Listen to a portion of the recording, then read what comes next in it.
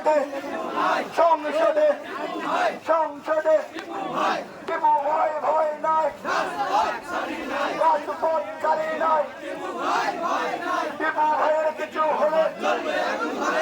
চলবে এখনো ঘরে ঘরে টিপু ভাই ভয় নাই উত্তরিয়ার পক্ষ থেকে